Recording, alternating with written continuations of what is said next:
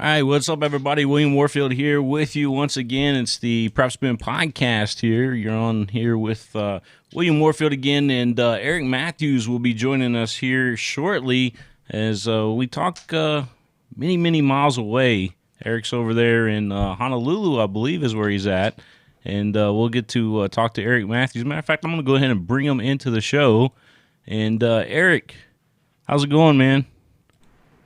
I'm good, King. How are you, buddy? I'm good, man. Should I say aloha? I would encourage that. I think that'd be the right way to go. Yes, sir, man. I got to tell you, dude, I'm very, very proud of you. All the great things that you've done. You know, starting here locally on the high school scene here in Kentucky, and then working your way up. Now you're over there at the University of Hawaii. That's pretty amazing. I appreciate it, buddy. You and I have had a friendship that's gone on roughly about 10 years now, and I used to actually work for you a little bit back in the day on a contract basis and doing a few things, and it's been quite a ride to go from point A to point B for both you and myself over these last 10 years. Yes, sir. I saw you, I think last time we actually broadcast a basketball game together here in Kentucky was over at Scott County, right? It was like the Rising to the Rim thing, which is quite a while. I'm trying to, because I was thinking about that the other day when you and I were going back and forth. I remember that tournament. There was a player that was playing in that tournament at Scott County that ended up at LSU. It was a pretty big player. I can't remember who it was though. Right. Off the top of my head, do you remember? I know he was something special because it drew a big crowd there. But I can't think of it either. But of course, Scott County had all those great teams that came there that year, and we had all those big colleges were there looking at these players, and then you had all those film companies, the film companies that you see, filming highlights and things like that was there at that event. So it was a pretty big deal. Yeah, that was when everything really started to take off in terms of high school sports and recruiting being televised or being streamed. And you and I were right in the thick of it for that tournament because it was getting a lot of attention because there were a lot of big players back then. And I remember around the same time frame, I was calling the Marshall County Shootout that had Oak Hill and all these different prep schools that came into Kentucky to play in these holiday tournaments. Yeah. I mean, Kentucky's been a hotbed for years when it comes to hosting those tournaments and doing them right. Yeah, no doubt about that. And, you moved on from high school. So, I don't want to move too fast because you did some really good things along the way. You worked for the local radio station here for a while, the ESPN local radio station. And then you also did a bunch of stuff with Lafayette. I remember all those cool little shows that you put out on YouTube. Yeah, I mean, there was a lot that happened around that time frame because I left IMG because I left Kentucky and I went to North Carolina and I worked for IMG right after they merged with ISP before they merged with Learfield, which we know now. But I started high school coverage at the ESPN affiliate in Lexington, and that came to an end. If we want to go into that, we can. But that ended after about a 2-year run, and I kind of got out of the business. And I was approached by Lafayette and their head football coach and a few sponsors about putting together these videos that they wanted to do, kind of a coach's show type thing. I did that for a little while. I think we did, I want to say, 8 to 10 episodes, and then I handed that off to another on-air personality. And that was kind of when I was in between jobs. And I was pretty much told myself I was ready to, quote-unquote, retire from broadcasting.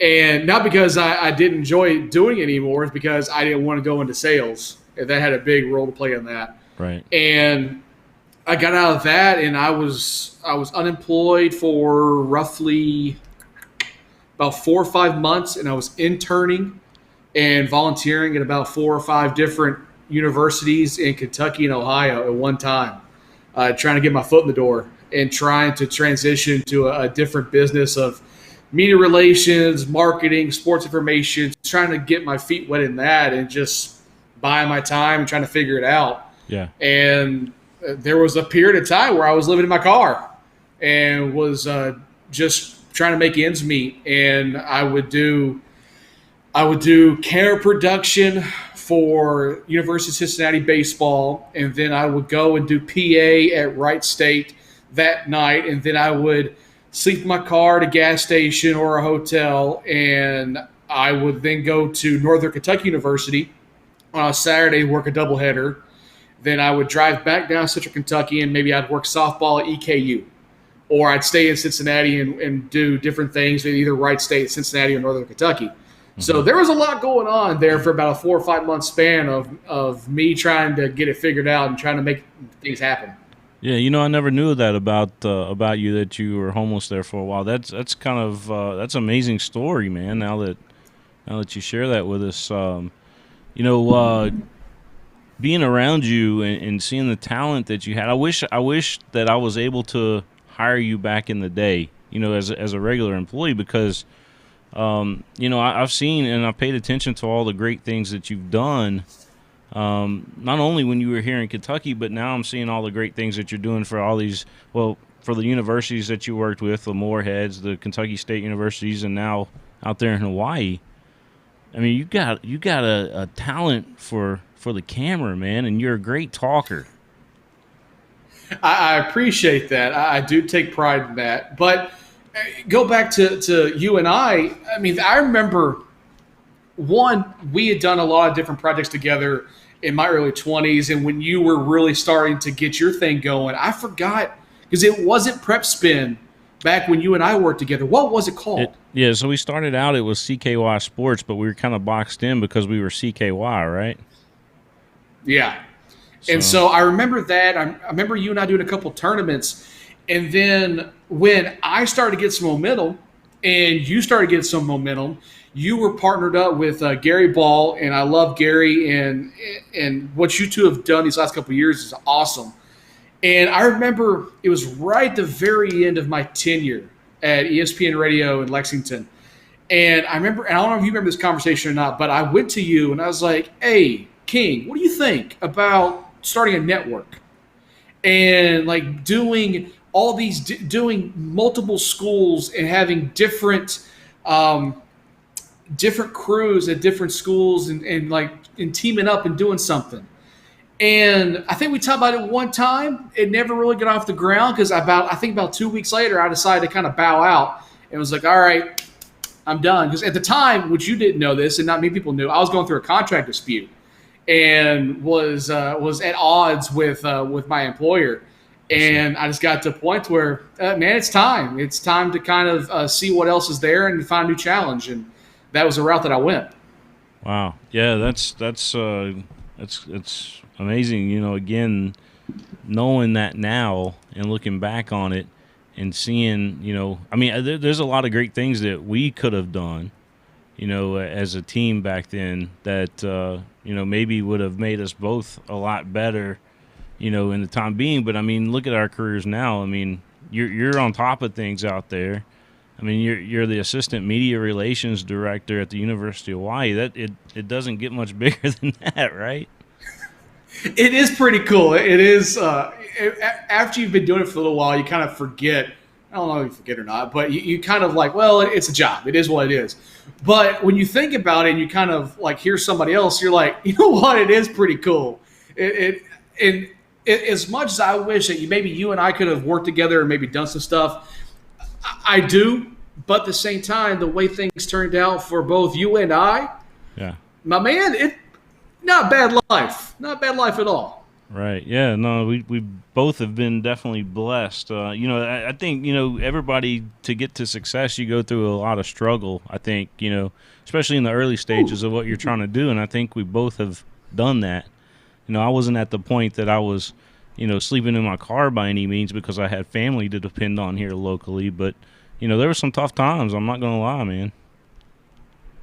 Well, I think that's a thing that you realize, I realize, and a lot of people in this business realize. If you want to make things happen, then unfortunately you got to make some sacrifices, and you got to bet on yourself. You got to understand that in order to take a few steps forward, you got to take a few steps back first, and eventually at least 5 steps forward. Yeah. And you and I both are living proof of that. And the thing that you and I have always shared is, unfortunately or fortunately, we both failed at numerous things to eventually get to a point that we wanted to get to. Because for you and what you've created and what you've built is what you've always kind of envisioned. I'm sure there's other elements to it that you want to see it build more to or succeed at. For me, it's the same thing. I wanted to be at Hawaii ever since before you and I ever met, when I was first in college back in 2009. I was like, I want to eventually get to University of Hawaii. And the fact that all that's worked out and the way that it worked out, at the time, you take your bumps, you take your lumps, but it works out in the end if you just keep pushing. Yeah. So describe to us what it's like working out in Hawaii, because that's one of the states that I have not visited yet. But, seeing all the pictures and the videos and watching the old Elvis movies and things like that, and seeing some of your stuff that you put out there, I mean, the landscape is just amazing, definitely God's country. Yeah. The best way to describe it, and this is the way that I always put into the forefront whenever I'm asked that question, every day is better than the one before. And I'm not lying when I say that. It really is. Because when you walk outside and every day, at least majority of the time, is sunshine, the beach is right there. I technically live on the island of Oahu, which Honolulu is on, but I live in a community in a town called Kailua, which is about 15, 20 minutes northeast of Honolulu. And when you live out here and you wake up to that every day, it makes you look at life a little bit different. Yeah. And you try to use those elements whenever you're using your creativity. So the videos that you've seen, my man, before I get out of here, I was like, I have this idea. What if I got to do this on a beach? What if I got to do this at a tiki hut? What if I got to do this up the mountains or in palm trees or whatever else? And I'm getting a chance to do that. And not many people get a chance to be that creative with it. So as fun as the job is and as great of a place that Hawaii is to work at, and it's the best job that I've ever had, that the biggest part of it is the creativity. Is when you have a creative mind, you want to do things different, you want to have fun with stuff, you have all these different elements it's a big playground, and you can have all this fun with it. It's really, really cool. Yeah, definitely. I mean, I can only imagine being a videographer out there with all that stuff, that you mentioned, and all the possibilities. I mean, and the lighting, that you would get from all that, watching, the Pacific sun setting and all that good stuff. Here's the thing, man, and I say this, and some people probably won't believe me. There is a significant difference between the Pacific Ocean and the Atlantic Ocean. Yeah. There is a huge difference when it comes to sight. It comes to lighting off of it, all these different things. The Pacific Ocean is in a whole other world compared to the Atlantic Ocean, and I'm not kidding. Yeah. Man, I tell you, I've been fortunate enough, I've done some stuff with BD Global. I don't know if you've heard of them or not, but they do a lot of Division I basketball events and some other things, So I've been fortunate enough to travel around the country a little bit with them, but we haven't been to Hawaii yet. And we got to get you out here for our Christmas tournaments, man. Yeah, that'd be awesome. That would be awesome. Yeah, we got to make that happen. Vegas has become my home away from home over Thanksgiving and then South Florida as well. So, but yeah, I mean, you're right, man. Looking out there at the Pacific Ocean when I've been to California a couple times, and I'm sure it's even more different in Hawaii as well, but there's just nothing like it. There really isn't. And real quick, do you know what Hawaiians call Las Vegas? What's that? The Knife Island. The Knife Island? The Knife Island. Because that you think about it, like, where do people in Hawaii go for vacation because they're already in paradise? They all go to Vegas. That's where a lot of us go whenever we want to get off the island, go someplace. Everybody goes to Vegas, and they call it the Knife Island. Direct flight. Dude, there are so many direct flights on Hawaiian Airlines. It's not even funny. There's at least 4 a day that goes from Honolulu to Vegas. It is ridiculous. Wow, that's amazing. Yeah, so we talked about all the great things that you're doing out there. I saw you putting together like some behind the scenes type shows out there. What is that about? There's a couple projects that's going on that I'm overseeing. A lot of the stuff that I do nowadays, I do as kind of a teacher, producer, director with students, which I really enjoy. Now, what you're talking about is an idea that I've had for a while, and it took a little while for me to get my bosses to kind of give the A-OK on. Is actually we're starting a podcast where it's Warrior Caste. We've already done 3 or 4 episodes so far, and it's all audio right now. Eventually, we're going to transition over to video. When will that happen? I'm not sure yet, but it's in the process of it. Mm-hmm. But the premise is to give an insider look. You think you know what goes on in college athletics. You think that it goes this way or goes that way, or this is why the decision is made, or this or that, whether it be an AD, a coach, a player. And I have figured out in my time in the business that what you think isn't reality. You want to believe it is, but it's not. Right. And I want to kind of open that door a little bit for people. I'm going, hey, this is what it's really like. This is why a decision is made, and this is why things are the way that they are. Now, do we want to improve them? Yes. Here's what we're going to try to do to improve a situation or to give us more options in the future. We have another decision to make that's similar to the one that somebody may be interested in. And that's what we're trying to do. So we're putting coaches and players and administrators next to me, and I'm asking those questions. And we're getting inside their minds and getting inside the elements of how it all unfolds, either for their career, for a situation, for how budgets work, how compliance works, all these different elements that no one takes in consideration unless you're actually involved in the middle of it. And I want to try and educate people, but also be entertaining, which as a result of it, people are entertaining because they're learning something that they never really knew existed.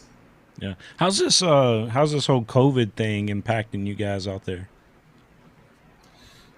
Everybody at UH has been on leave for about 3 weeks now. We're all working from home.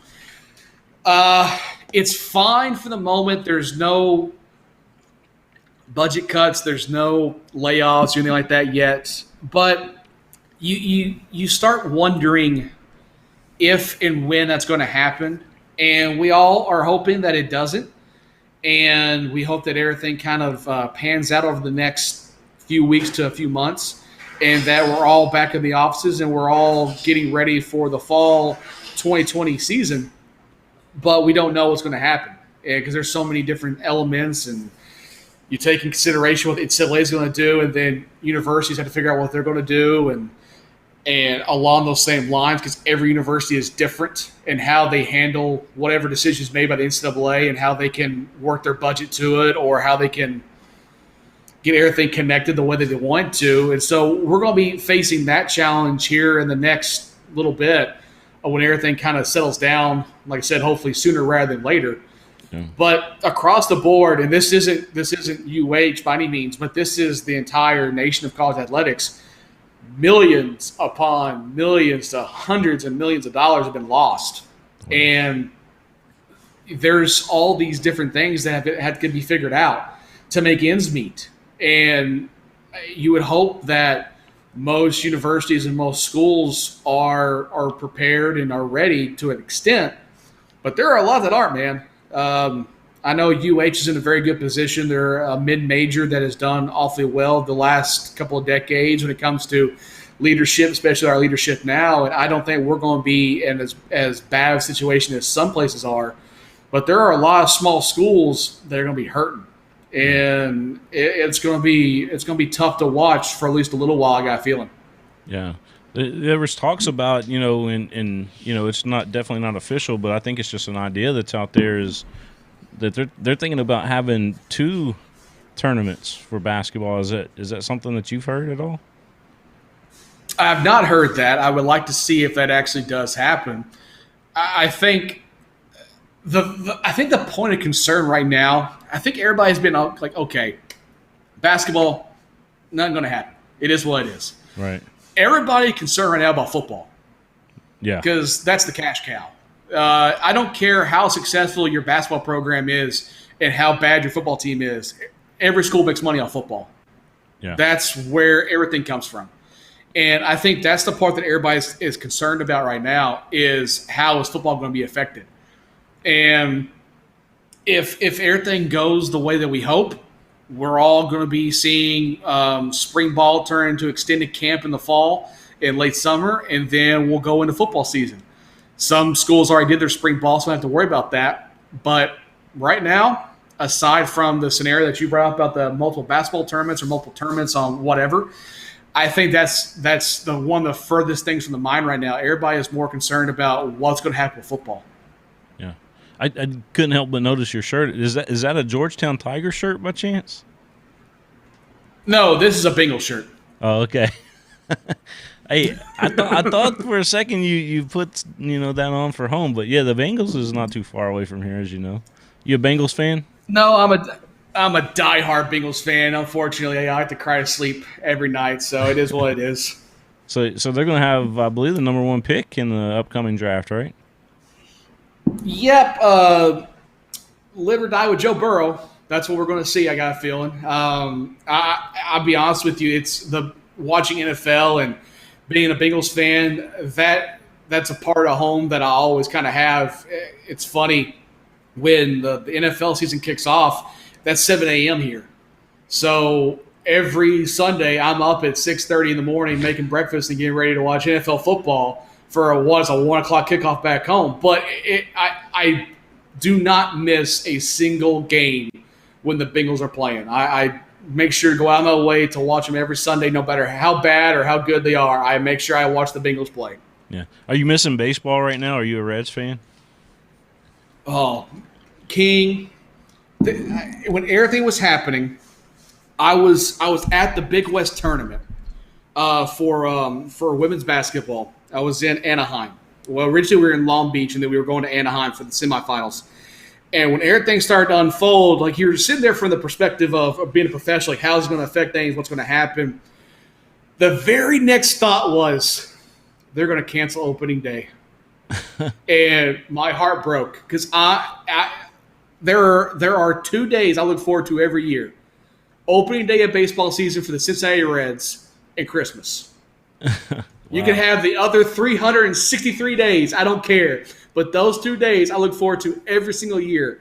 And when everything started to happen, that's where my mindset went. And unfortunately, we see what's happened. And, I mean, it's April 9th, and I haven't had baseball, and it's killing me inside. I'm such a diehard baseball fan. Before the COVID-19 thing happened, I had a trip planned to watch the Reds when they went to Denver. I was going to meet with a buddy of mine, and him and I we'd make a baseball trip every year to watch the Reds. Last year we went to Oakland and San Francisco. This year we're going to go to Denver to watch them play and then come back. And then when I'm home in May, I usually go about 4 or 5 games when I'm back on the mainland. And that trip's been canceled, and this may be the first year of my entire life where I actually do not get to go watch a single Reds game. And I try not to think about it, but a part of me is hurting right now because of that reality is starting to set in. I don't think that it counts as official, though, if you miss talking about missing the games that are supposed to be happening that's not happening right now. I think your streak can continue if they start up next year, right? Or later on. Oh, we'll see. But we'll see. Now, what I like to tell you is I would like to hope that the Reds make the World Series, and come late October, I'm going to a World Series game when I'm in Kentucky for a wedding. So hopefully that becomes reality, but we'll wait and see if that happens or not. I'll tell you need to get over to L.A. and watch the Dodgers play when Walker Buehler's on the mound. He's a Henry Clay pitcher. He played for Henry Clay, went to Vandy, and then on to L.A. My boss is a diehard Dodger fan. And when he made his first career start, I looked at him and I said, that's a Kentucky boy, right? He's like, well, he's not going to be very good, though, is he? And I was like, you just wait and see, man. And after the game, he came up to me and goes, yeah, I'm a fan of his now. I said, you darn right you are. That's Kentucky living at its finest in L.A. Yeah, he reminds me of you remember a pitcher that played for the Dodgers a while back, Orel Hershiser. Do you remember that guy? Oh, Mad Dog. I remember Bulldog. Orel was the man back in the 90s. And I watched something the other day because the Dodgers are huge out here. So we get LA Sports Net. And they did this documentary on the late 80s of the Dodgers. And Orel Hershiser was in it. And I remember when Hershiser pitched for the Yankees, or not the Yankees, but the Indians in the mid-90s when they were really, really good. And he was a part of that 95 ALCS team that ended up losing to the Braves in the World Series. I was a big Hershiser guy back when I was a kid. That was the Kenny Lofton team for the Indians, and then the Joey Don't Call Me Albert Bell team, right? 95 was Kenny Lofton, Albert Bell, Jim Thome were on that team. Hershiser, Sandy Alomar Jr. was the catcher. I think Roberto Alomar was on that team. Carlos Baerga was on that squad. Yeah. Dennis Martinez was on that squad. I mean, it was a loaded team back in 95, man. And Jim, you said Jim Thome too, right? Jim Thome. Oh, yeah, Jim Thome. First base. That was my boy back in the day. Yes, sir. Well, he was first base and designated hitter, but in 95, he played a little bit of third base until they got Matt Williams in 1997. Then they moved him primarily over to first. Yeah, Matt Williams came over from the San Francisco Giants, right? Yeah. Yep, he got traded from the Giants to the Indians, and he was on that 97 ALCS team that ended up losing the World Series to the Marlins. And then he was part of the very first roster for the Diamondbacks and won a World Series in 2001 with the Diamondbacks. Yeah. So we don't have baseball right now, but we obviously can reflect back on it. But there is some good baseball movies out there. Have you caught any good ones on Netflix or anything? I mean, I love Major League, all of those. I remember I went and saw what's the Billy Bean movie? I can't think off the top of my head now. Moneyball. I saw Moneyball with Brad Pitt in theaters when it first came out years ago. But I catch them when they pop up. I go on my way and watch them. I mean, I'm a sucker for a good baseball movie. For Love of the Game is right up there for me. Yeah, Clint Eastwood's got one, Trouble with the Curve. That's a pretty good one that came out recently. I have not seen that yet. I'm marking that down right now, put it in my queue. Yeah, he's a scout. He finds him a pitcher. So.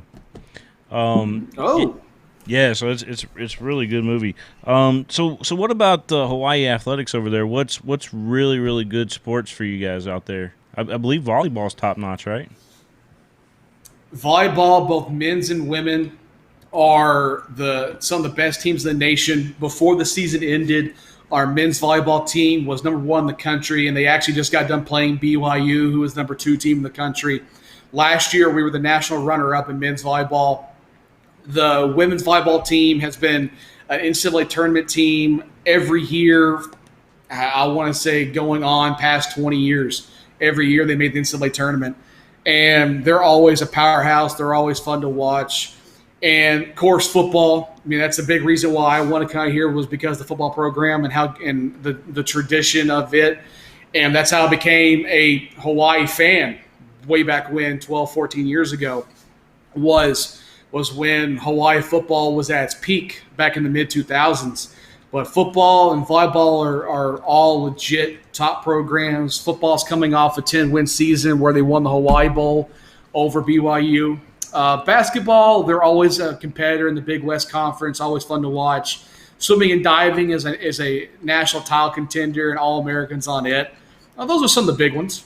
Yeah, what's it like going to Aloha Stadium and just being there in that atmosphere? From what I've gathered, it's not what it used to be. It used to be packed house and 50,000, 60,000 sold-out crowd, stadium shaking, stadium rocking. It's not quite like that anymore. And Aloha is there's a lot of history there. It is a legendary facility, but it is on the older side. And there's parts we have to shut it down. It may not be safe or whatever. It's still a cool place to watch a game just because of the elements, the beach and the ocean's right there, the sunset on night games and everything. It's really cool. Now, there are plans to start building and open a new facility, a new Aloha Stadium in 2023. And the specs for it look ridiculous and look great because they want to. I think they want to bring NFL preseason back because we had our first preseason game between the Rams and the Cowboys back this past preseason, and that was cool. I mean, it was sold out crowd, 55,000 I think is what it was. I worked that, and when it's packed and people are there, it's amazing. But I think when you add in different elements, and I mean, it is Hawaii. I mean, there's other things to do besides go to a football game. And I think that plays a role in it. So you get a crowd, but not what it used to be. Let's see. Do they still play the Pro Bowl out there? Is that still played out there? They do not. It used to be for years and years. I think they will have to eventually get back to that. But the Pro Bowl, the last couple of years, has been in Miami. Or if my memory serves me right, they play at the same site of the Super Bowl just the week before. Oh, is that right? Okay. Yeah, so I guess I could be wrong on that. I haven't paid much attention to the NFL like I wish I could. You know, I mean, we stay pretty busy here lately. You know, the last couple of years has been kind of hectic, but I'm sure your schedule. See, that's the thing. Too. Well, that's the thing, King, is people don't realize this, and this happened to me when I was at Kentucky State, and it started kind of connect some dots for me a little bit. But when you're in the business, when you're involved as much as you are or I am on your prep side or myself with college, you lose track of stuff. You're not you think you'd be one of the most informed people on every element of sports and athletics, but unfortunately, you get busy and you don't know about certain things happening. I remember I was at Kentucky State. And I worked with John L. Smith, former head coach at University of Louisville and Michigan State and Arkansas. And him and I were at KSU at the same time. And Tom Rinaldi from ESPN was coming in to do an E60 and was talking about Petrino. Because Petrino and John L. are real big buddies, and their families have been connected to football and with each other for 30 years. And so they knew that John L. and him were big buddies. They didn't realize how close they were until they got there when John L. was like, oh, he's basically my little brother. But I remember before the interview, Tom Rinaldi is talking to John L. It was the day that Les Miles got let go at LSU. And Rinaldi asked John L. what he thought about it. He goes, that's the first I've heard of it. And Rinaldi kind of looked at him and go, you just heard from me that Les Miles was let go from LSU? He goes, yeah, I'm getting ready for Miles College this week. I'm not paying attention. I don't know. But see, that happens when you're involved in the business. Yeah, you're informed on some elements of it, but there are things you lose track of. There are things that I lose every once in a while when somebody wants to talk to me about the Bengals or the Reds. Like, oh, I missed that one. That's a couple days old, huh? Man, I got a basketball tournament I'm getting ready for. I got busy. Yeah, I mean, no doubt you're right on that, because a lot of people, like, I used to be a big NBA fan, for example, and I couldn't tell you the last time that I really sat down and watched, a whole NBA game. I catch the Lakers every now and then, pieces of the game, but I'm not sitting there and I'm watching the whole game. You know what I mean? I kid you not, King. The last 2 years, now granted, I'm not a UK basketball fan. I apologize to everybody. I'm not. I went to Western Kentucky. I'm not a UK guy. But just because nostalgia and tradition, I watched them because my buddies watched them and we text and whatever else and watch a game. And the last 2 years, I have not watched a complete UK game. Not a one. Yeah. And it's on The Office sometimes because I'll catch it and I'll turn it on, but then we get distracted. And because usually when UK tips off, it's the middle of the afternoon for us. But I haven't watched a UK game in 2 years, fully through. I'm also right there with you. I admit it, because I think the last UK game that I fully watched was in person at Rupp Arena, just because I had a couple extra tickets somebody gave me. I mean, I understand that. I mean, probably the last time I watched a game for my own enjoyment was probably when I was at ESPN Radio Lexington, because it was part of my job then. But after that, I don't think I've watched a full. Nah, I take that back. When I was working at Kentucky State, I'm sure I watched a game or two here or there when I had some time or I was working and didn't have a game of myself to cover. Yeah, it's amazing how and time goes by so quick when you stay busy that you feel like you really, especially when you got a family too. That like me, for example, I've got 3 kids at home. The last thing I want to do is is be at a UK game, right? Then if I got a little bit of spare time, I rather, unless one of my kids are going with me, which is what happened for that game that I was telling you about. But yeah. So, I mean, working out in Hawaii, do you go on the beach very often? Where I live right now, from my front door to the beach is about 200 yards. So it's so every day. it's almost an everyday thing.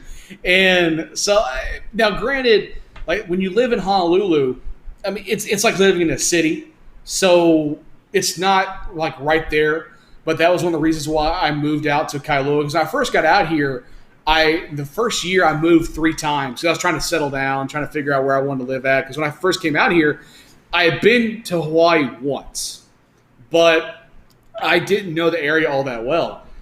So when I first got out here, I found a place just to kind of settle in, a place to rest my head at night. But once I got acclimated and got things kind of figured out, I found a place out here in Kailua. And it's about, like I said, 200 yards from the front door of the beach, and it is right smack right there every day, and I drive by it or I walk down to it. I'm right there on it. So I always see, like on TV, Hawaii's a big surf state, So when you're looking out at the ocean there, maybe you can describe to us the waves. I mean, do they get as big as what we think they do back here? There is a part of Hawaii, it's called the North Shore, and that's on the island of Oahu that I'm on, and it is one of the biggest surf destinations in the entire world because the curls are so significant. They can get up pretty high when there's high tide, and when they go out, if you go out there, it is one of the coolest things to just sit back and watch. You have no idea what's going on. You can't surf yourself, but you're like, this is really cool. Yeah. And that's kind of how the North Shore is, and it develops a crowd a lot. And there's different times of the year where we get high tide or we get trade winds coming through that change things in terms of the water and how it curves up and how it rips. And the North Shore, about twice a year. Now, granted, it's a destination point anyway, but about 2 times out of the year at different points for about 3 or 4 week stretches, it's packed because people just go to watch or they go to surf themselves. Yeah.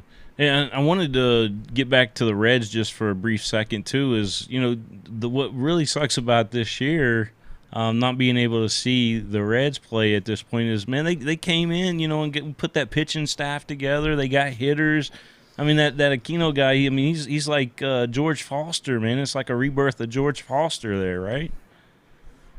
You're gonna make me cry because you're gonna make me think about it. I was thinking about it. I'm sad, man. I'm a baseball guy. You know that. You, man. I'm devastated because every day I'm on Twitter and I'm looking at highlights and when Griffey played and all these other things, and I'm like, oh God, I just want to watch a game. But yeah, you look at adding Mike Moustakas, adding all these different elements for the Reds. You talk about Aquino and what he could be if he pans out, and you take that pitching staff of Sonny Gray and Trevor Bauer, adding Wade Miley, Luis Castillo, we know what he's going to do, Anthony DeSclafani. Dude, I mean, this year's team was probably the best team they've had since around 2010, 2011 when they were putting it together and they were making runs at division title. And I remember a few years ago when the Astros won World Series. Now, granted, we all know what's kind of transpired after that kind of happened.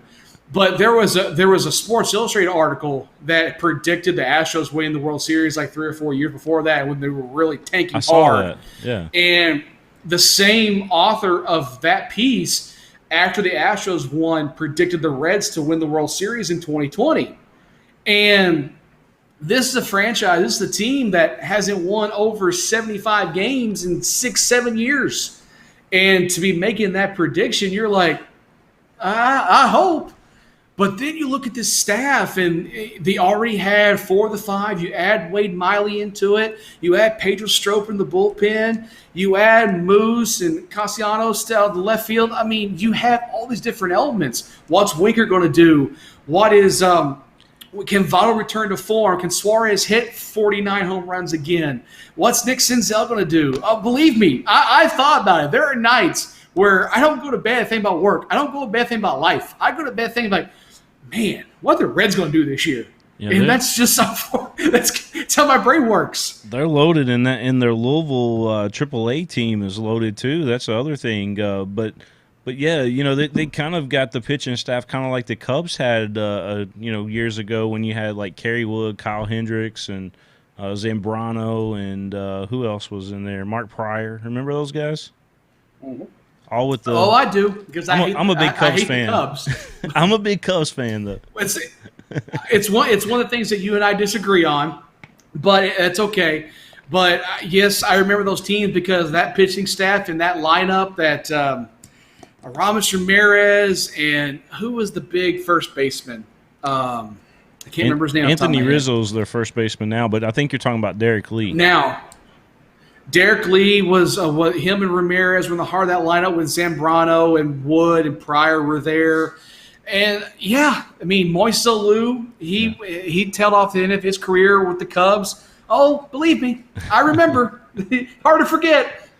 Yeah. I tell you, it was pretty awesome watching them win the World Series. And, this year should be a competitive year for them, too. Everybody kept saying, well, what are you worried about in the Central? I said, it's not the Cardinals this year. I'm not worried about the Cardinals. I'm worried about the daggone Reds.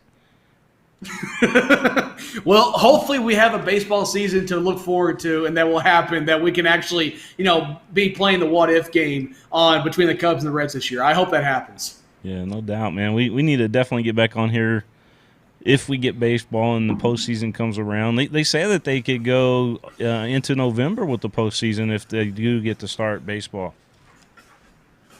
Baseball during Thanksgiving, sign me up. Yeah, I think matter of fact, the Players Association told the owners that they would play as long as it doesn't go past Thanksgiving. I'm cool with that. 100% cool with that. Yeah, that's awesome. That's awesome, man. So, I mean, we talked a little bit about everything tonight, I feel. Obviously, man, like I said, I'm really, really proud of, what you've done and who you've became out there, and especially knowing your struggle now. I didn't know about that, and, it just makes your story that more impressive. Oh, I appreciate it. I mean, we hit on a little bit of it. I mean, there's other stuff that we could go into if we really wanted to at some point. I mean, everything from working at KSU, when you and I worked together again, that was an experiment, to say the least. The football game, homecoming, yeah.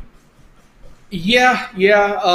That was – you and I tried to get something going, and, well, that just didn't happen for different reasons. Nothing that you could control or that I could control. Right. But the time of being in between jobs was tough.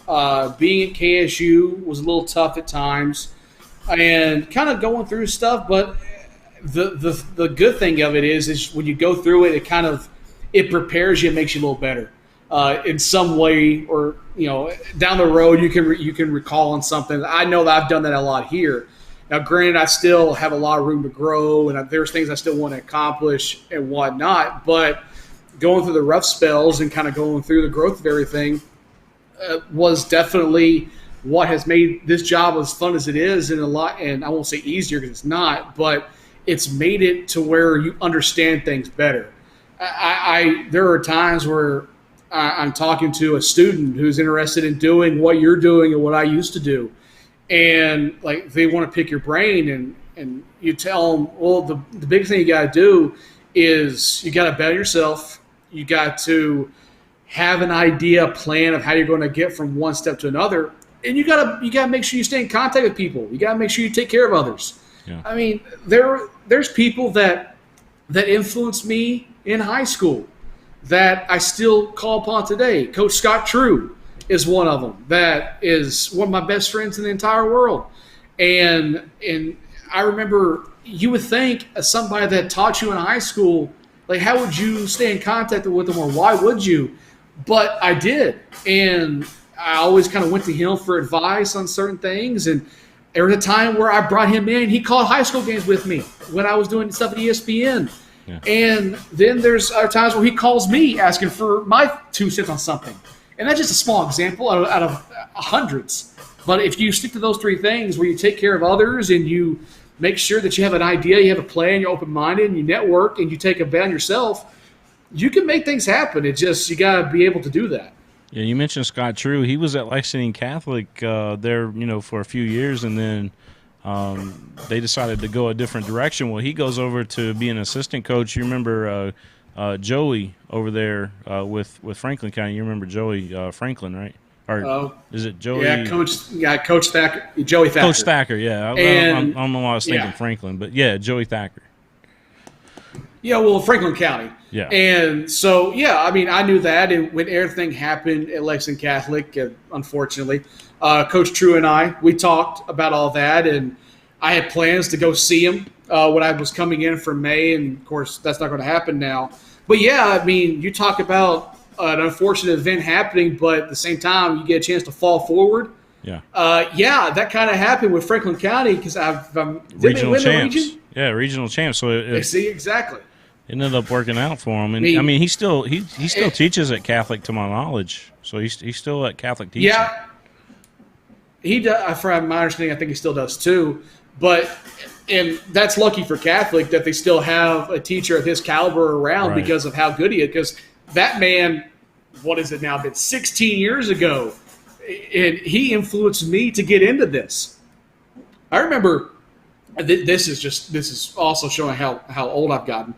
But 15 years old, I walk into the guy's sports marketing class at George Rogers Clark, and it's the first time they ever offered the class at the high school about the industry of athletics. And I can sit here and tell you without any doubt in my mind, the biggest influence to ever get going in this career was his class, and learning from him and moving up the ladder. And that's why I always kind of went back to him, even though he's a coach and I never played for him, but that influence when I was 15 years old made a huge difference to get me to the point of this job I'm at now. I mean, it shows you the type of influence somebody has on you.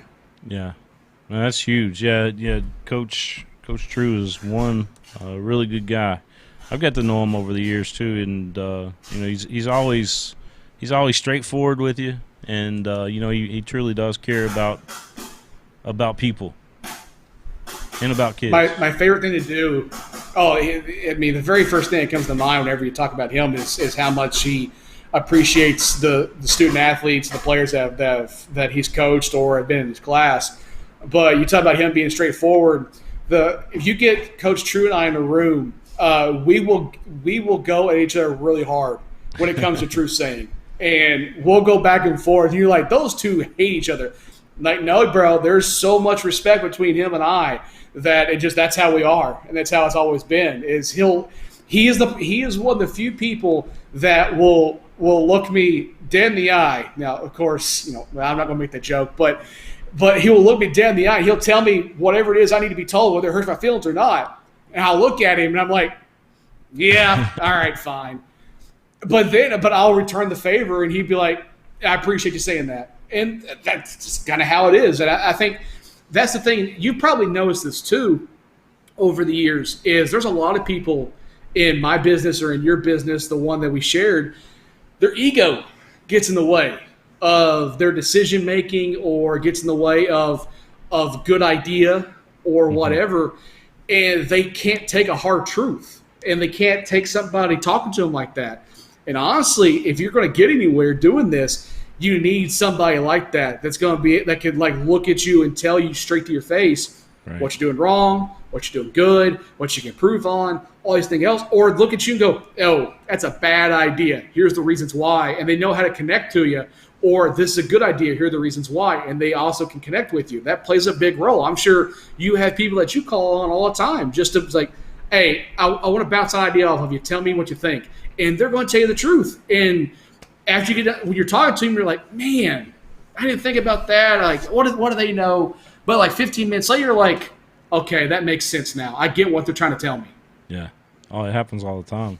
I think, you have to be able to take constructive criticism, if you will, and then you got to listen to young people and get fresh ideas too, I think. It's the biggest thing that people that they've been doing it for a while and they've had success. They're like, I know what I'm doing. No, you don't. Because you've been calling a game 25 years doesn't mean you know how to connect with an audience member on Instagram. And that's where a lot of youth are at right now. Instagram, Snapchat, TikTok, all these other elements that could help you and your business make money, but you're too stubborn. And you don't listen. And you don't want to be around the younger people because what do they know? I know what I'm doing. I've been doing it for so long. And if you get past that, because that's why I work with students. Like I get this label of, oh, Eric's creative. Well, yeah, maybe a little bit, but I'm getting ideas from people 10 years younger than me, 15 years younger than me, because I can't tell you a daggone thing about TikTok. Yeah, but you talk to them, and you're like, okay, I get it. I fully understand now. That makes a little bit of sense. And then you start getting these ideas, you start building on them, and it makes money or it gets attention and it does some really cool stuff. And I wish more people would do that and would understand, okay, I know you've been doing this for a while, but listen to others. That's where you're going to be able to survive a longer period of time than what you already have. Yeah. My son showed me TikTok a couple weeks ago, and I was like, well, I gotta register the PrepSpin TikTok. So I got one little short video of this Legends jersey here, and that's it. I don't get it. I mean, to be honest with you, I don't either. I mean, it's not my thing. I understand why people like it. It's fun. It's creative. It involves music and all these other elements. I get it, but at the same time, I'm like, that looks kind of stupid. Yeah. I mean, but that's also like, I mean, there were people saying the same thing to me when Twitter was first integrated 15 years ago. Yeah. And it's the same idea. It's the same way of looking at things. You got to be open-minded because there's going to be something here in a few years it's going to be the exact same way. Now, will things have the longevity of a Twitter or a Facebook? I don't know. How much longer are those going to last? We don't know that either. But if you're able to adapt with the times and be able to understand why something is popular and that you're open-minded about it, then you're going to be fine. Yeah, that's the other thing too that we probably should touch on is being able to evolve, because I think we both have done an outstanding job. Your girlfriend's knocking on the door or something. I keep hearing that pounding. You better let her in, man. Don't worry about that. She'll be fine. She knows Eric's busy. She'll be all right. That's a good one.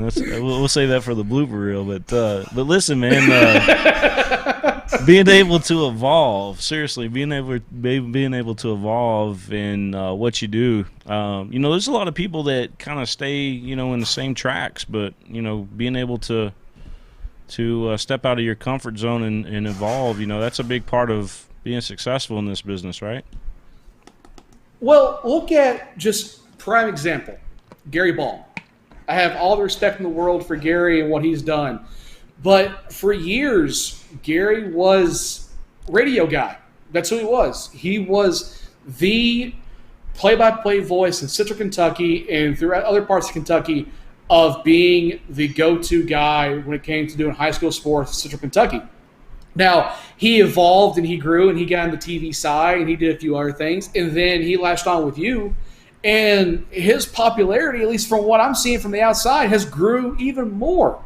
And like that's just one example of many. That's somebody I think that's always been kind of open-minded about things. And I remember when I originally pitched the idea of high school sports at ESPN Radio, they were kind of like, is anybody going to really want to listen to high school sports? I'm like, are you kidding me?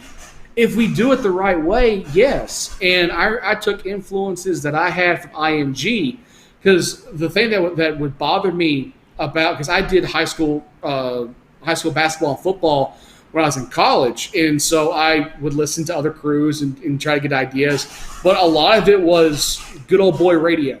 Yeah. And it was all about that. Like, it's just old timers, and like, I've seen this, I've done this, and like, oh, they've been calling a game, or they've been doing the exact same thing for however many years. And I came forward and I said, let's make this sound like a college broadcast. Let's take influences from IMG or from all these other elements, and let's put it in there. And let's see what this turns into. And by doing that, and this is, I think, the reason why it succeeded at the time and why it's still going today, is the way that I designed it, the way that I set it up, was a way to make money, because you could put sponsored names on everything and do all these different elements with it. And the first year that the first 2 years, I brought in, I want to say, $150,000 on high school sports alone. And I remember bringing this to the table after like 18 months. I'm like, I told you if you do it the right way, people are going to pay attention and people are going to care. It's just, you have to be able to evolve and adjust and do things differently than what may be the norm. And the norm was good old boy radio.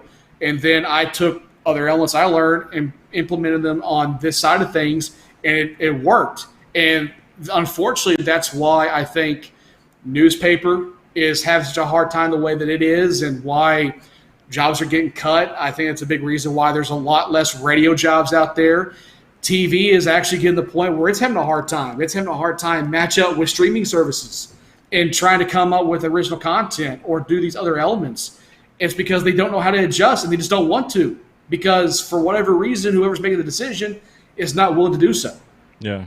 There's a lot of old money, so to speak. You know, when I say that term, you know what I'm talking about? Like a lot of older, I know exactly what you're talking about.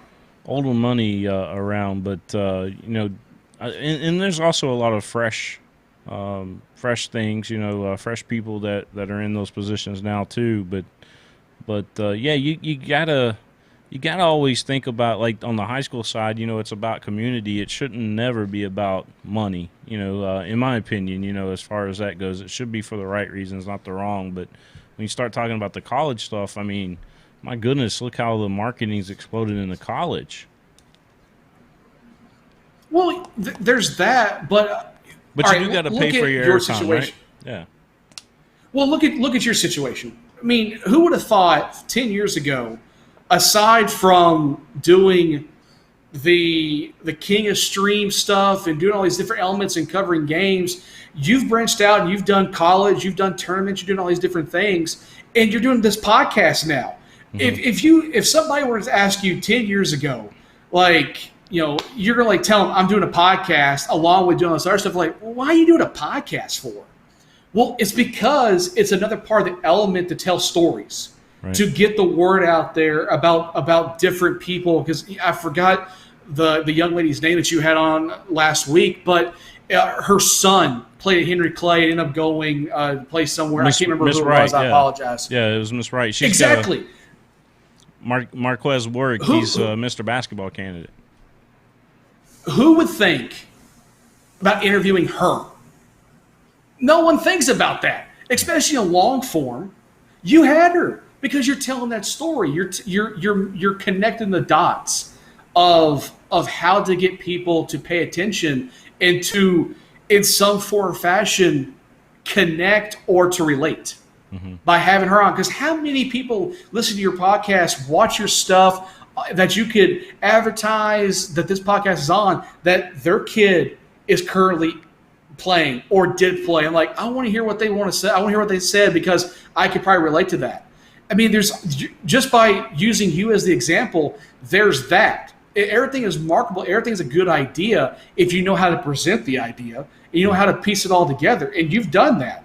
And it's this, and that's the thing about high school sports that you and I have always agreed on, was being able to do that, was to give a different look, to give a different sound, so people could Yeah, not just invest money into it. I mean, that's why I got out of sales. I didn't want to talk about the money part of things, but that's your livelihood. Right. But by doing so, that gets viewers, that gets listeners, that gets all these different things that show there's a reason for this. And college athletics been doing it for years. Professionals have been doing it for years. I wish there were more cats that did it for high school. Yeah, that's true. I mean, that's all good points right there. So the college market, being able to experience that, I kind of see, that side of the whole thing too, where the production side is a whole different animal than just going out there and doing high school games all the time. But and that's truly, I mean, honestly, that's what funds a lot of what we do. Now, we do sell advertising here on the network, Mingy Beef Jerky, for example. By the way, I'm going to send you some Mingy Beef Jerky out there. That's our You title just sponsor. made my day. You ever had Mingy? Can I get the barbecue, please? Duh. I got the barbecue right here for you, my friend. Send that over to Hawaii. Get that bad boy shipped out here as soon as possible. I need that in my life. I'll make sure we send you a little care box of that. So I appreciate it. Yeah, those guys, man, they're expanding all over the place. They're a really good partner to us, Mingy Beef Jerky. Oh, but I've seen it grow because I pay attention to what you've been doing. But I mean, when you find somebody that believes in what you're doing, like you're doing, dude, I mean, that makes all the difference in the world because they're trying to do the exact same thing. They're trying to get a message out there. You're trying to get a message out there. It's a perfect partnership. Right. Now, from the college side of things and what you're talking about, the production side plays a big role because of image. You want to put together a very clean image because you're representing higher education, and you want people to see that. So that plays a huge element in telling that story. Because if you don't do that, then people will go, well, but this doesn't match what I think when I think of college. And that is an element you kind of have to adjust to. But it's really not that hard to adjust to when you actually reflect and look at and connect with what the casual fan wants when they're watching college athletics. And that's kind of the element that I wish high school would take on. And when it comes to trying to get people to come to games was, hey, do what college teams are doing, do what minor league baseball's doing, do what the professionals do. It's on a smaller scale because it's all the same. Mm-hmm. Yeah, I mean, they get some great pride, especially here in Kentucky, as you mentioned earlier, all the great athletes that come in and out of just our central Kentucky area alone. We're very blessed right here. I'm sure you've probably told all the coaches and stuff about some of these guys around here because you kind of got the inside edge on them. Whenever I get the chance, like I'll drop a bug in somebody's ear, like, "Hey, do you know about so and so?" Hey, and see, that's the other thing too is coaches know. I remember reading something way back when about Bob Knight. And there was a booster that saw a kid play in a high school gym in the middle of nowhere, Indiana, and wanted to make sure that Bob Knight knew who he was. And now, of course, Bob Knight being Bob Knight reacted in a negative way. Yes, I know who he is. I'm the head coach of Indiana, of course. And you take that element, that small, very small little piece of information, that story, and once you actually get into it, you'd be surprised how a coach in Hawaii knows about somebody in Alaska, in Kentucky. They know. Believe me, if you are good, it's not what it used to be. It's nowhere like, oh, if you play at a bigger school, like a private school, you'll get noticed. Or, oh, you play at a mountain school in eastern Kentucky? Maybe you should think about going somewhere else and transferring. Nah, bro. Yeah. Not true anymore. That's out the window. If you are good enough, they're going to find you. If your grades are good enough and you have the right attitude, they're going to find you. And you can use all these different avenues to help them find you, and that's good. But the biggest thing is play the way that the game should be played. Be smart, put up your numbers, do what you do, have good grades, and you're going to get noticed. It happens. There is that old mentality of Yeah, you're not going to get noticed if you play at a small 1A school. That went away 10 years ago. That doesn't exist. I'm sorry. Anybody that wants to tell that lie, feel free to tell that lie, but it's not true anymore. Yeah. There was a thing that came out that said college coaches only get to about 2% of high school games because their season normally goes on at the same time the high school season goes on. So, I mean, literally a lot of the time the coaches are dependent on, if they're not out on the recruiting trail, they're dependent on their assistants and everybody else to kind of get them that information. But a lot of times you'll see them on the computers too, just checking out some of these highlight films and things too, right? They're watching you, dude.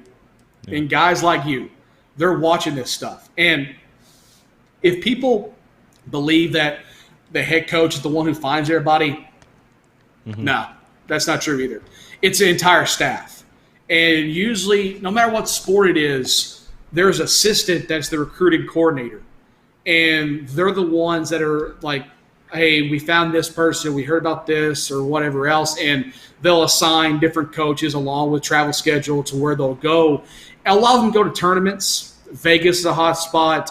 Parts of LA are hot spots. The tournaments that you and I used to work back in the day in Louisville or these other bigger schools in Georgetown, they go to those because they can watch a mass group of them all at once in person. And they go to in person not to find them.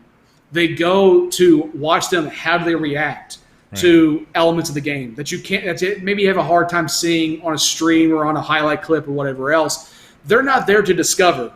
It happens. It's not as frequent as some like to think, but it does happen. But majority of the time, if they're there in person, they want to know more about that kid because they can't figure out an element that they think is important just by watching a video clip of them or talking to them on the phone. They want to see how they react to a hard foul, or they want to see how they react to their first 6 shots don't go in.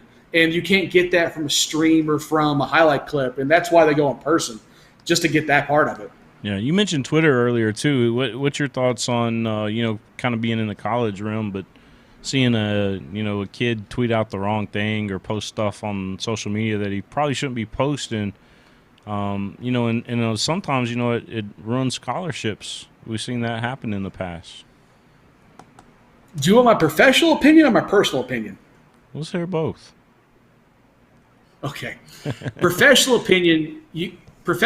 I've made a lot of mistakes, and so I go to those mistakes to kind of I do my bit because I usually will go to teams. I did it at Morehead State. I did it at KSU. I do it here where I give advice on social media, what to post and what not to post. Yeah, and that becomes tough because we all remember being in our early 20s, late teens, in college, whatever. We remember that. Just you're emotional. When something happens you don't like, you just want to vent. You want to get out there. And that's how people vent, is through social media. It's an image that they want to portray. And I remember, this is a bad story to tell, but I'll tell it anyway. When I was in college, I had fun like anybody else.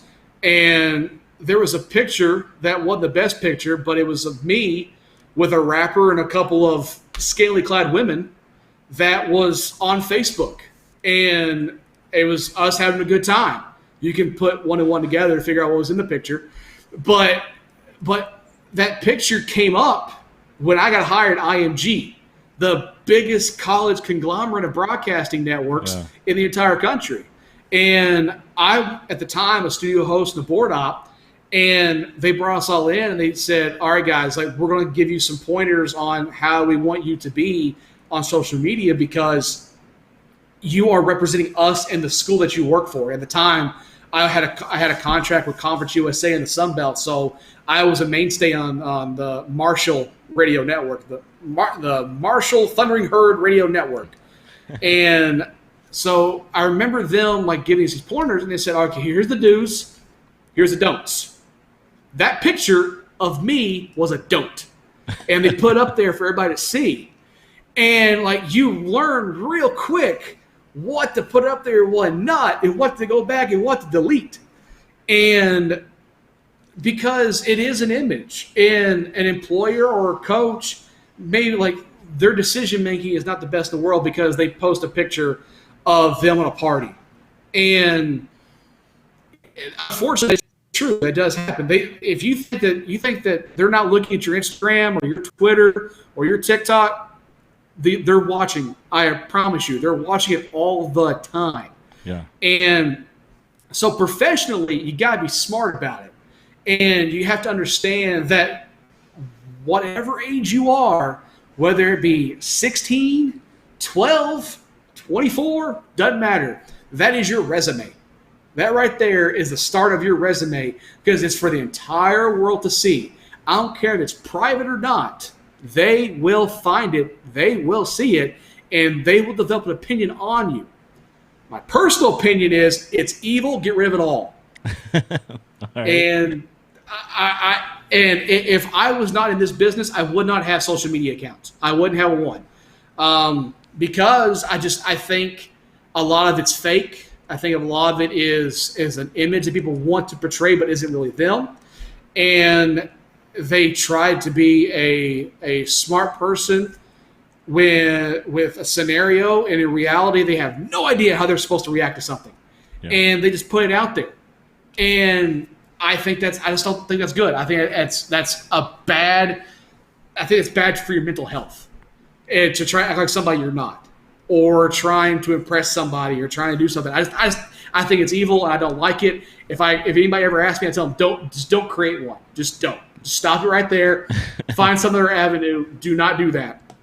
That's my personal opinion. Well, that's great advice. I know a lot of our audience that are tuning in tonight are kids, and that's something that they need to know. Thanks for watching. This is the Eric Mathews Funhouse, right? Might as well be. Man, that's awesome. Well, your girlfriend left. She stopped knocking on the door. You know what? You gotta learn one way or another. Maybe it's bad on her. Maybe it's bad on me. I don't know. We'll find out later, I guess. Man, this has been awesome, dude. This has been we got to get together again, man, and do this again. Maybe when baseball starts up or something. You know how to get a hold of me, man. I'm always open for it, and as you can tell, I'm always open to talking. So whenever, I'm good to go, buddy. How do we say thank you in Hawaii? Is it mahalo? Mahalo. All right. Well, mahalo, man. Right back at you, brother.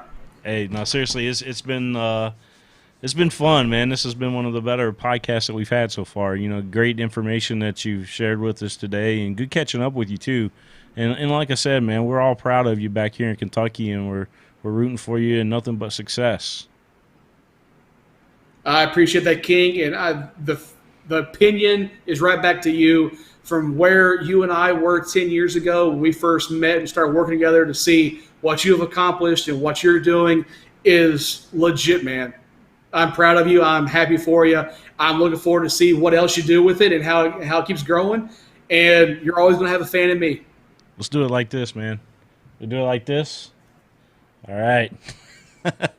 Sounds good, man. You can't hold it tight, though. You can't hold it tight. You got to let it loose. You got to do it like this, right? Just let it loose. Am I holding it too tight? You let it loose. You got don't hold it tight. That's Howie move. Don't do the Howie move. That's a Howie move. Okay. I got to work on that. Hey, man, take care, Maybe next brother. podcast you'll have it down. Yes, sir. I appreciate it, bro. Take care, man. Take care of yourself.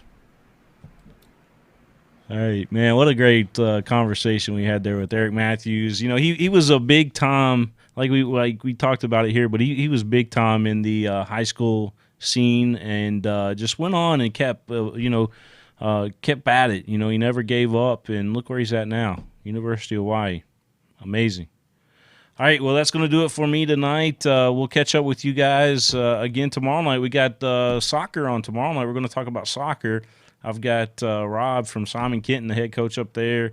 He's going to be joining us. And also we're going to have Reese Bolton on. She made the national team, well, the Southeast All-Star team, I guess is what it is, that she'll be playing for. One of 52 female athletes to get invited to that. So, man, we'll catch up with her tomorrow night, and also catch up with Coach up there at Simon Kenton, Rob. So again, thanks everybody for tuning in. Eric Mathews was great. Appreciate you guys.